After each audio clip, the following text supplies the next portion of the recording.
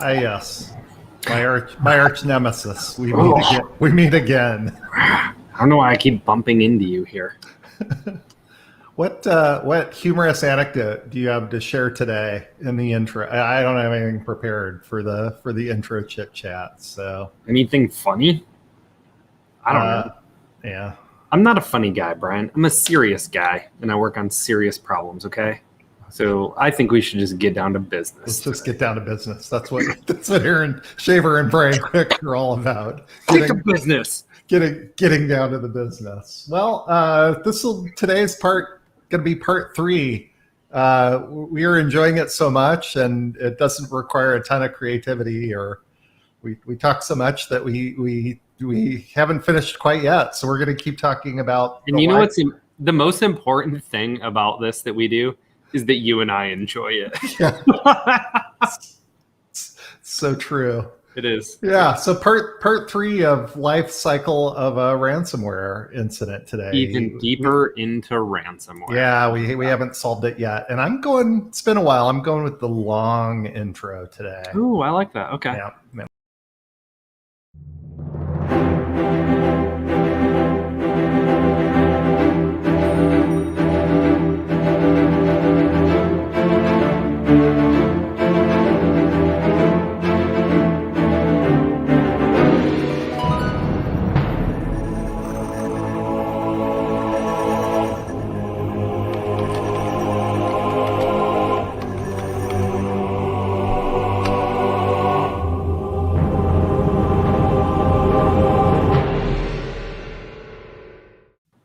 How are we doing? You still with me? Still awake? I fell asleep for a second, but I'm back. Nodded off. This is my nap time. Yeah, totally understand. Well, so to recap for part 3 of Lifecycle of a Ransomware Incident, we've been talking through this really interesting set of materials diagram. It started with, I saw this diagram on LinkedIn posted by somebody and said, "What is that?" Ooh, picture. That's really cool. And click on all the pictures you see on the internet. Yes. I'm going to just move on. I don't know how to respond to that. So I saw that, said, boy, that's really interesting. And we've started talking about it. And even in the last section, we started breaking it apart, this diagram that CERTNZ has created, which explains what the life cycle of a ransomware event is, how the bad actors work and the things they do, and the step-by-step, what they're after and what they're trying to accomplish. And the last time we started breaking down, we'd gone through it in the first episode. In the second episode, we got I don't know, maybe a third, maybe a fourth. Yeah, we're so slow. Yeah. Going off on tangents, but talking through that, and I had taken that original diagram and scratched in some of my own notes about what controls would you put at different places, and then silly and then they me, came out with a new version. Well, silly me, it was there the whole time. Was it? You just I didn't go back to the source. I just grabbed that diagram I saw on LinkedIn. I actually went and did the research, and it turns out that again, the CERTNZ organization has a great little website. If you search for that, and I'll add a link in the notes on this show. But you search for that. They have great material. They break it down. But in particular, the really beauteous thing that they have that we're gonna keep talking about. Yeah, there's a controls matrix. There's a controls matrix, and wouldn't you know it? I saw this. I like their color schemes as well. That's my favorite part of this. Yeah, it's not too shabby, and it's also interesting. It's unfortunate my constructive security logo is kind of in the way down there, but they have this control matrix. You probably the good thing is the print is too small to read anyway, so you can go get the source document. But we'll go through it a little more. Today. So we last time worked up in sort of, worked up in like this. Ooh, wow. You can't highlight. You just have to just have to wave your mouse at it. Yeah, we worked up in sort of this quadrant up here of the diagram around phishing, valid credentials, and even started. I think we covered password guessing, didn't we? I think we did too. We did. And password stuffing, and you got that out of your system. Correct. And so, to talk through, I don't know that we did talk around password. A little bit. We talked around password stuffing and said that there are controls where, you can, if you run a company that has customers out on the internet using passwords, that's the thing I've seen done, that you'll make sure that the password they're using for your site, maybe if you're running a bank, for example, that they're not reusing a password that's been compromised somewhere else. That's a pretty typical control. For a company, I hadn't said this, but password managers are good for this. And the way that becomes a control is that using password managers, you can either enforce or you can certainly help people pick different passwords for every application or for every site that they're using, and enforce rotations of those, help it work out. And then, we didn't get to all of these things feeding into internet exposed services, but we didn't get into exploit vulnerability. And that's pretty straightforward, but is around, really keeping up with patching or, different ways to control exploits. Yeah, but I feel like that's easier said than done, man. Oh, absolutely agree, but keep talking because maybe I'll fight you. Well, like that's got to be one of the controls, but I know you're like madly in love with this diagram. I'm gonna like throw some shade on it for. Okay, good. It's about time. Okay, so here's my beef with this is, like, I feel like there's some questions that we run into ahead of this. So let's say I'm going to come to Brian Quick's train whistle factory and look at, well, you have this internet exposed asset and we need to patch it. Okay. And I'm totally on board with that approach. There's like this question of like, should it be internet exposed? Right. Do you have an inventory of the stuff that's in here? And I feel like I start these conversations with clients and they're like, oh, that's great. Or yeah, we need multi-factor authentication over here. And we need to go patch the exploits in that pan OS firewall. And then we get into like, well, do you know where all your firewalls are at? And why is your management interface on the internet? And that sounds like ridiculously simple. But I was talking to a Fortune 20 company yesterday and they let me know that they still do asset management in an Excel spreadsheet. Yeah. And I feel like this is missing that part of ransomware protection that we should be interested in. Yeah, and so here's the beauty of I am going to fight you, and maybe not in the way you expect, which is you're going to come at my flanks, huh? I believe that the good Kiwis, I don't think that's a pejorative term. I think that's how I think the good folks at CERTNZ, there you go, absolutely agreed with you. Because this, I'm bad with colors. This peach, salmon, chartreuse. No, that's green. Yeah, your salmon. I love salmon. This salmon-colored hexagon here and here. Mm-hmm. If you go down to the key, that critical controls key, the control that they have is creatively called Internet Exposed Services. Which is, wait a minute, how can internet exposed services be a control when it's also the risk point? And looked into, I had that same question of, well, that's weird, that's interesting. And what they're getting at here is very much that. Take it off the internet, please. Does this really need to be on the internet? And also kind of some discussion that they have in their material and tiering of, and there are even certain things like, yes, they are on the internet, but if it's not, preventative controls around just take that stuff off, that there are other things, realize which services that are inherently on the internet are most susceptible to attack. And some of the specific, and you and I, not here, but we've talked about this in other forums. Some of the ones they listed were, for example, all of the SSL VPN technologies. Yep. Yeah. Because we just know that stuff is attacked. And go ahead and don't put your SSL VPN directly on the internet. I mean, that's just should I be having like my ESXi VMware hosts attached directly to the internet? Is that a good idea? I mean, depends on what you're trying to accomplish. Okay. All right. No. Point taken. All right. Yeah.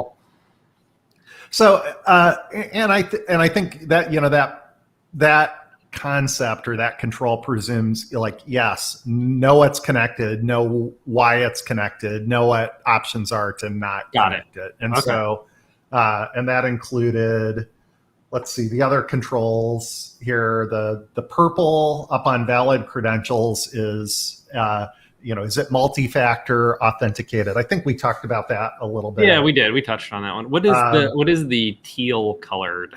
Teal, again, I think that's this one. Yep. Teal is logging alerting. And again, this gets after this. You need to sprinkle that everywhere. Absolutely. And you'll see the teal kind of, I think, all over the place. I'm just going to put one big teal hexagon on this diagram here. I think it's on everything except for password guessing, which... That should have logging and alerting on that, too. How many times are you going to allow them to guess a password? Right, except that's up here on valid. Oh, gotcha. Like it flows through, essentially. It's not really on phishing either. But it's on where the valid credentials. Yeah, I can buy that. Yeah, I'll buy that for $1. Yeah, exactly. So, again, I'm not so in love with this diagram to say it's absolutely perfect, but I think You're convincing me. I'm pretty okay with it. There's a 90% truth to it that I really enjoy. So I like that. Teal we kind of covered. As you mentioned, you kind of look and we've got those teal logging and alerting sprinkled everywhere, and that's as basic as a concept as that is. We also see a lot of people struggling with the difficulty of that. No, go get all of the logs, and especially all of them. Yeah, especially in this context of all of these things that are the touch points of a ransomware event. I think ransomware is the number one thing people are and should be worried about. In most organizations. So that's an interesting discussion point. Maybe we can double click on. Do you mind if I double click on that one a little bit? We're all about double and triple and quadruple clicking on this stream. This is a deep folder structure we're navigating here. So I have a question. I have this question in my mind that I've not solved yet. Okay, I can only hold one question at a time. I have to write the other ones down. So how much logging is too much logging or not enough logging? And the answer that I always get is, well, the right amount. Yeah. And then we get... Did you ever have an English teacher in high school? Mrs. Perkins, how long should my paper be? the amount it needs to be. Yeah, correct. Enough to cover the topic. Right.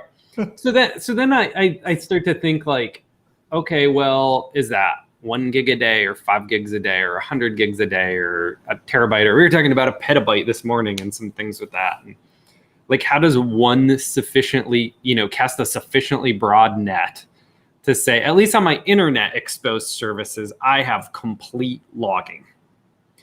And, you and I talk about that a little bit. And I have this hypothesis that I can calculate that. If I have an accurate inventory, I can tell you within a statistical deviation whether you have the right amount of logging or not. Right. And I have some maths that I have not shown you yet that do this. And I know that you at least emotionally disagree with me. I'm not sure if you intellectually I want to disagree with you. I want you to be correct. Well, I want that concept to be real and exist, but it's more that I just passionately want to disagree with you in particular anytime I can. Yeah. So I think that's a problem that we owe it to other cyber professionals Yeah. to kind of solve is to say, it's easy to put a hexagon on here and say, log this stuff. But what is it? How much should you be getting from it? Because if I should be logging 100 gigs a day and I'm only logging 10, I've got more work to do. Or if I have implemented all of that and I'm normally ingesting 100 gigs and it drops to 50 gigs, something bad happened in my protective controls. Yeah. And I need to respond. And I'm yet to see a good solution to that. And we were doing the CISSP thing yesterday and talked about it a little bit. We talked to all kinds of vendors. Nobody's got a good answer to this. Yeah, I would agree with you. I'm going to say even more stuff that's easy to say. I'm going to be. You're not going to be nice, are you? No, it's not about. This isn't about you. I don't know why you think this is about you. What I'm going to say is, love to hear that. As I said, I want for that to be true. I think that'll be a fantastic follow-up topic is, around how much log data. I have found, I think it starts with, as the practitioner in all sorts of corporate, companies of different size, I think many things are progressions to me. Mm-hmm. Like we look for binary quantifiable answers, and that's fantastic when we can find them. But it starts with, you could get paralyzed by that analysis of, if you don't have a magical Aaron Shaver tool. And it starts with, you could look at this chart and say, I should probably have some logs collected. The right answer is not some non-zero number of logs. The right answer is not 0 logs in these particular places. So the starting point might be a true, false, 1 or 0 kind of, not how much logs. Okay, that's fair. If it's my job to get stuck on problems. I know you like to count things. I know this. Yes. So. I would start with an if exist kind of test versus the quantity test, and then I would get to the realization that no shade to my friends at Microsoft, but Microsoft in particular, that the default amount of logs probably also not the right amount of logs.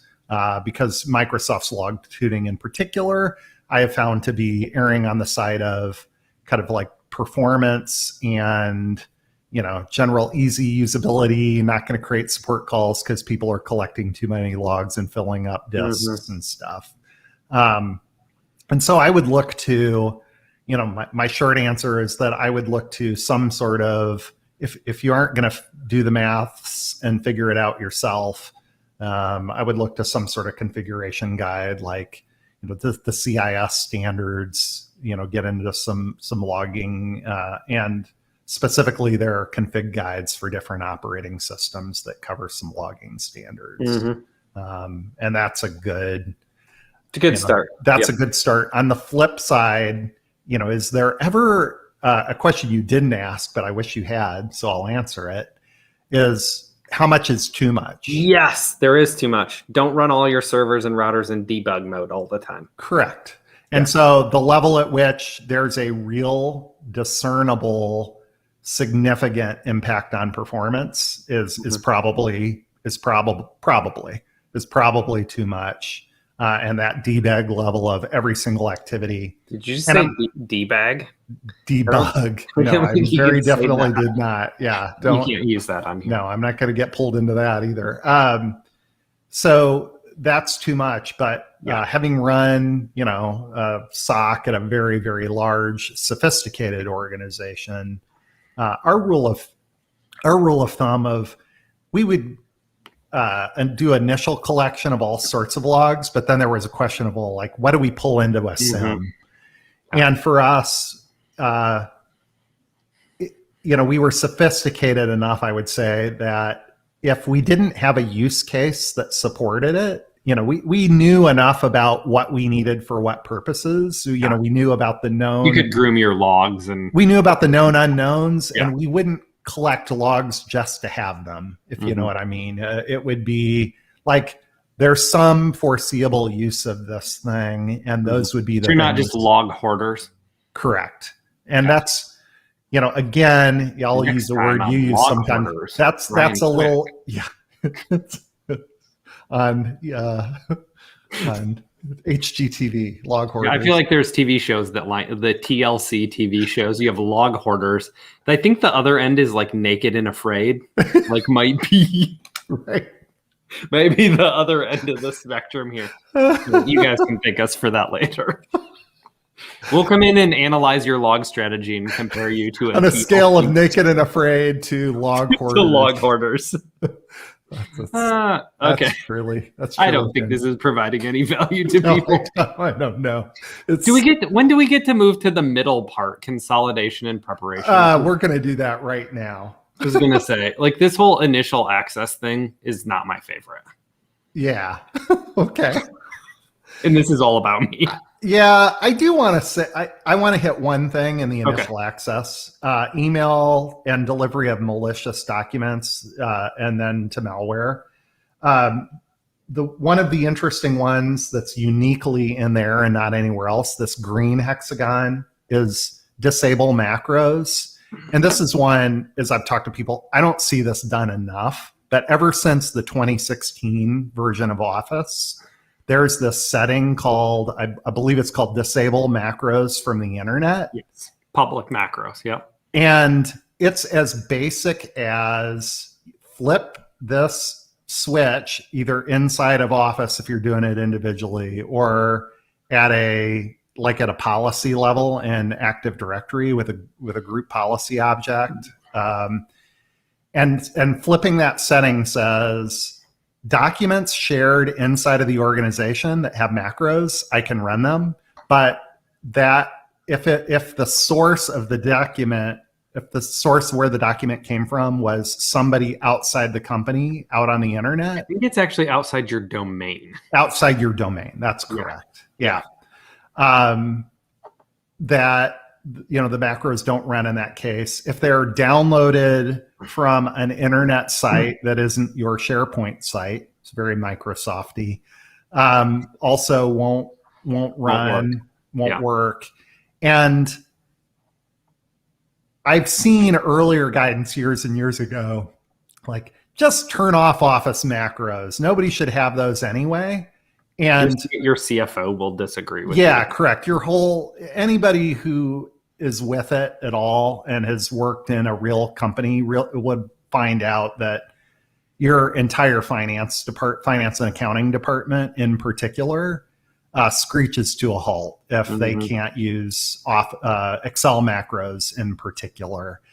There's also some granularity. You can turn it off for Word and PowerPoint and leave it on in Excel. I think you're rolling the dice there, but this setting in 2016 that I'm talking about, macro, I've seen in organizations that your mileage may vary, but for most, I gotta imagine there's a pretty good Microsoft tutorial on how to do this, right? Well, it's stupid easy to do. It's not hard to turn on. The hard part is what happens next. Of the wailing and gnashing of really teeth. Does the CFO of your company call you personally and refer to you by name and tell you to stop what you've just, to turn back what you've just turned on? But I've seen people, and I've myself had success of that